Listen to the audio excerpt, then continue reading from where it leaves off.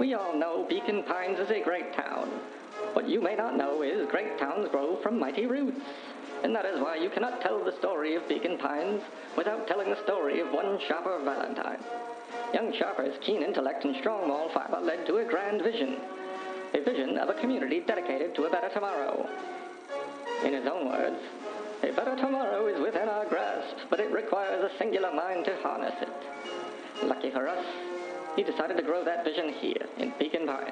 And how does one grow a better tomorrow? With fertilizer, of course. Valentine's Fertilizer Company became the lifeblood of a town yearning for purpose. But then tragedy struck, a scientific experiment gone wrong. An accident which took Shopper away from us far too soon. To this day, we struggle to pick up the pieces. But one foul harvest isn't enough to stop the people of Beacon Pines. The spirit of Shopper Valentine lives on. It lives in the hearts of everyone with a dream for a better tomorrow. Together, we will follow his example and grow a bountiful future. Paid for by the Valentine family and the Valentine Fertilizer Company Remembrance Fund.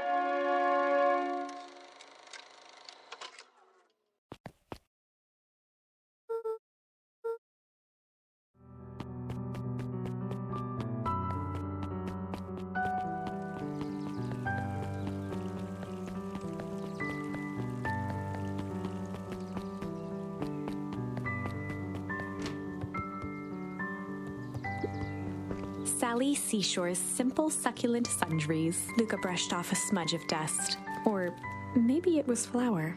30 recipes so easy you'll doubt it's even edible.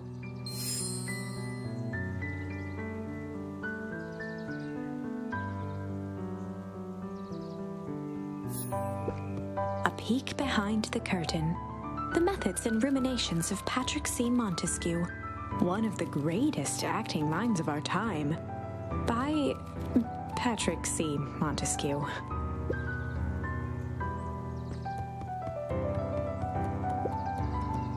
There were rarely any actual new additions. Simply a variety of existing content rotated into the front display each week.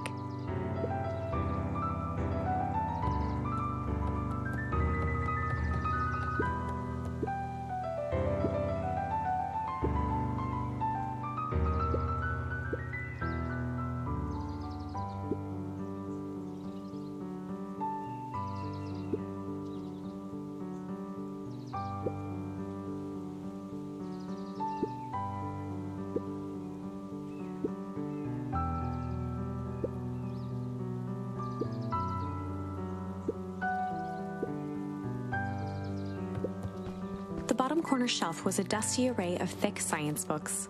Only one binding was clean enough to read: Cellular Biology and the Chemistry of Mitosis. Mycological Phosphorescence.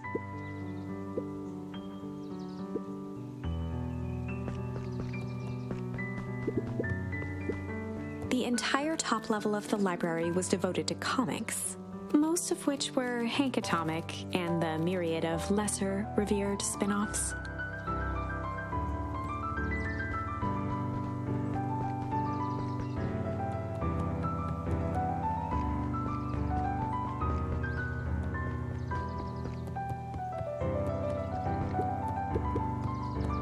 Oh, the cobs I've eaten, a salad-centric travel guide for the mildly adventurous.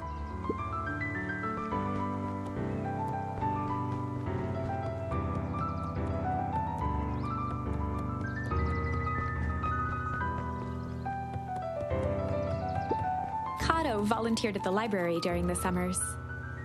He wasn't very social, so he'd dedicate each summer to becoming an expert in a single subject, making him a reliable source of very particular knowledge. If you were to ask Kato something he didn't know, he'd escape into the dusty old bookshelves and return with just the right thing. Kato was lost in his reading. Luka crooked his neck to see the title, Introduction to Melitology.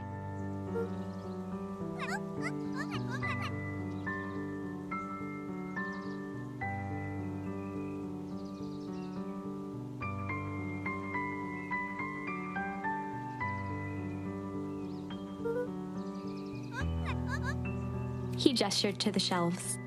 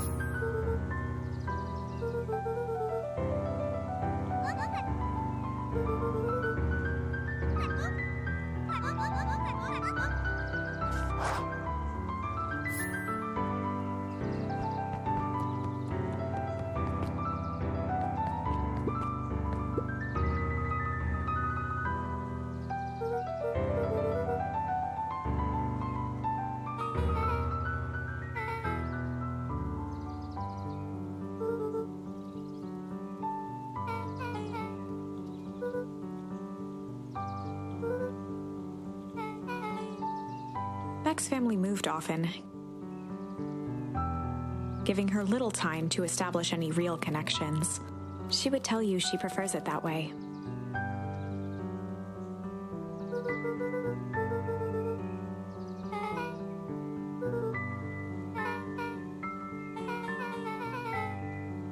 Luka shifted his feet uncomfortably.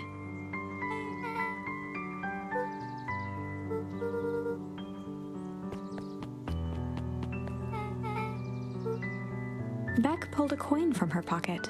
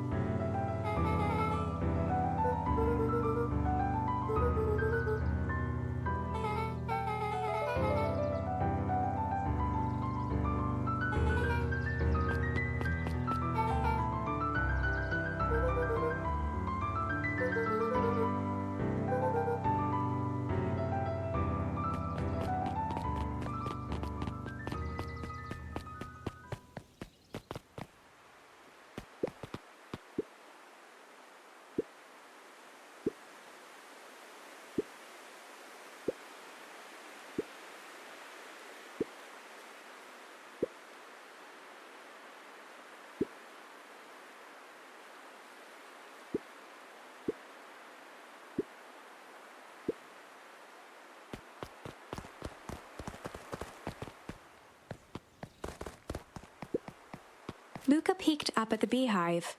It appeared to be deserted.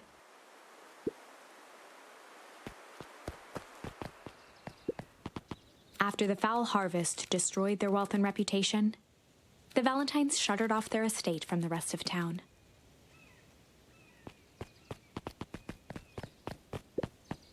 The Valentine mansion loomed over every other building in town, both figuratively and literally.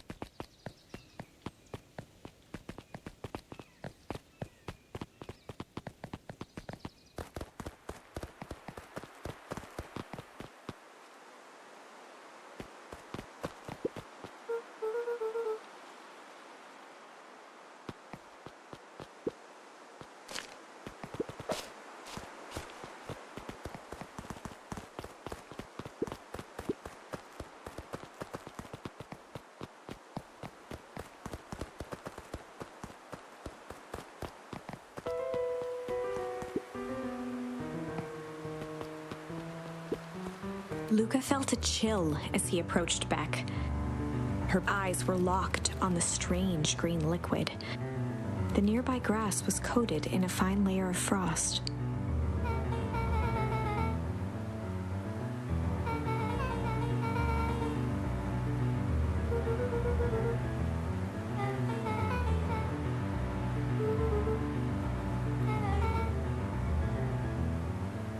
Luka watched as Beck dipped a broken tree branch into the goo, Beck's eyes widened as flowers grew from the dead wood. First small buds, which quickly bloomed into vibrant petals.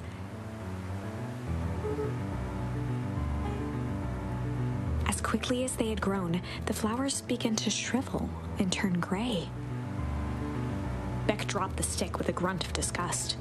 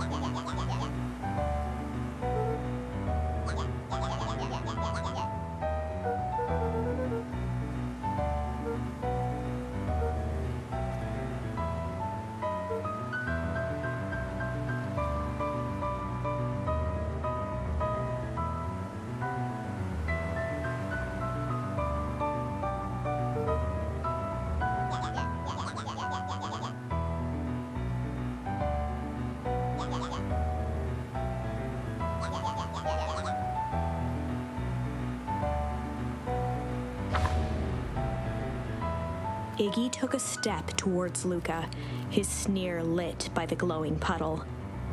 Beck could see tears welling in Luka's eyes, his fists clenched. Some things about Beacon Pines were very different from the city, but a bully from a hayseed town is really no different from a city bully. Beck took a deep breath and thought.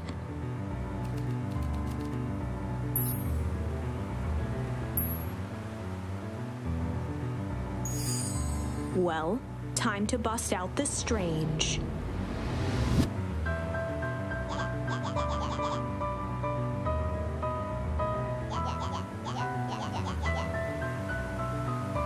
Beck stared in silence, the only sign of life being the twitch of an eye.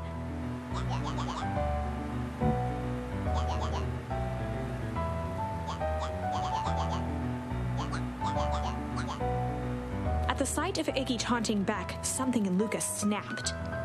Iggy's smirk shifted to a look of shock as Luka launched himself into his stomach.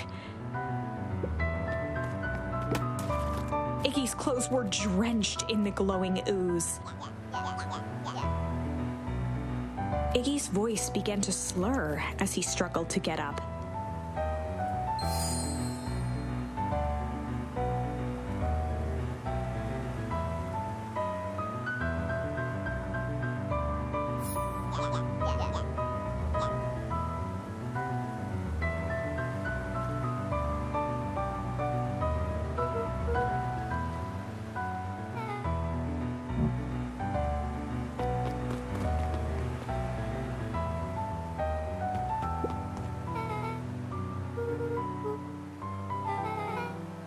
Person at the warehouse.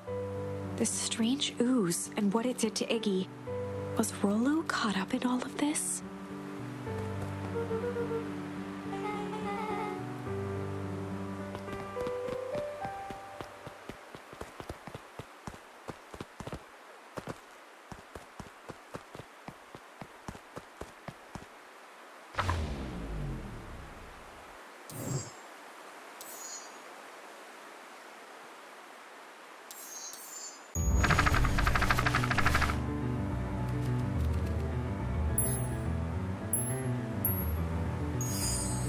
Well, time to bust out the tickles.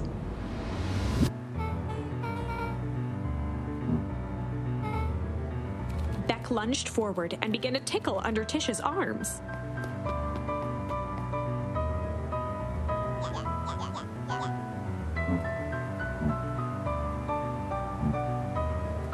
Tears began to form in Tish's eyes as she gasped for breath between gales of laughter. Beck redoubled her efforts until Tish finally had had enough.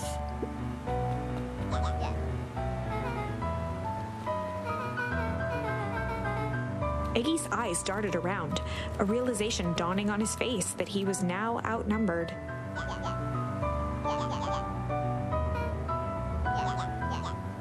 Iggy kicked at the puddle before making his escape.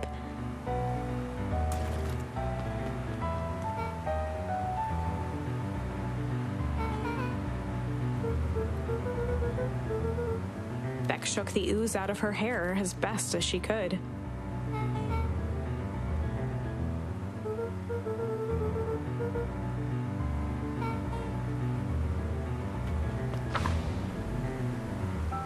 Chapter 4. The Best Policy. Luka paused for a moment, catching his breath.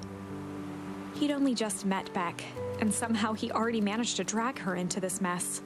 Hopefully he could make it up to her. But finding Rollo was his primary concern.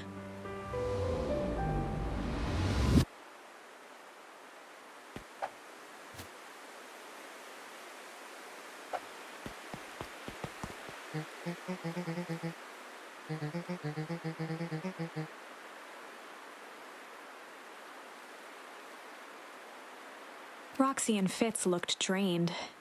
It was clear they'd spent all day searching.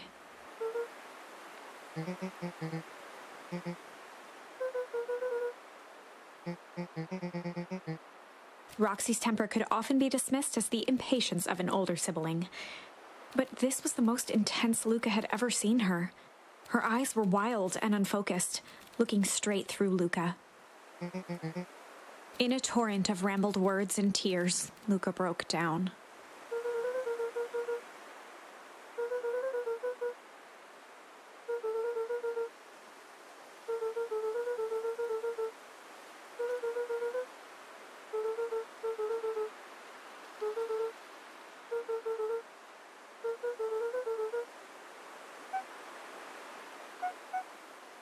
Roxy, still exhausted and angry, softened briefly as her eyes hunted the ground in thought.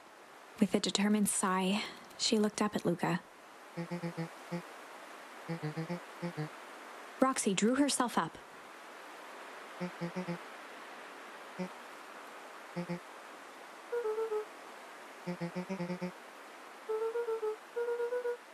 Roxy tried to think of the safest place to send Luka.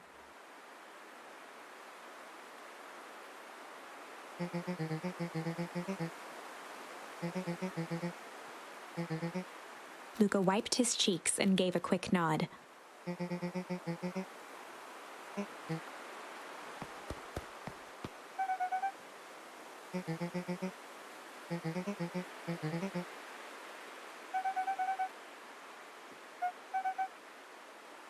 Looking into the puddle, Roxy rubbed her arms to warm up.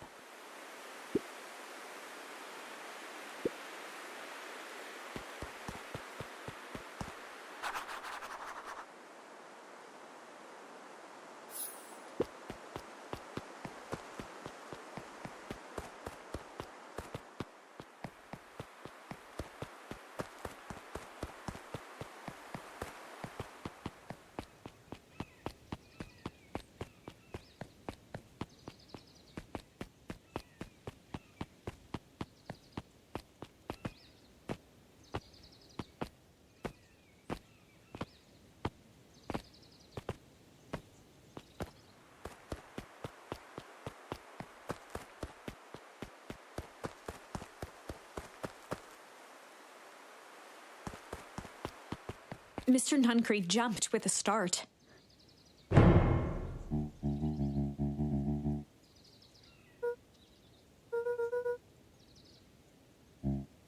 Luka motioned to the phone booth.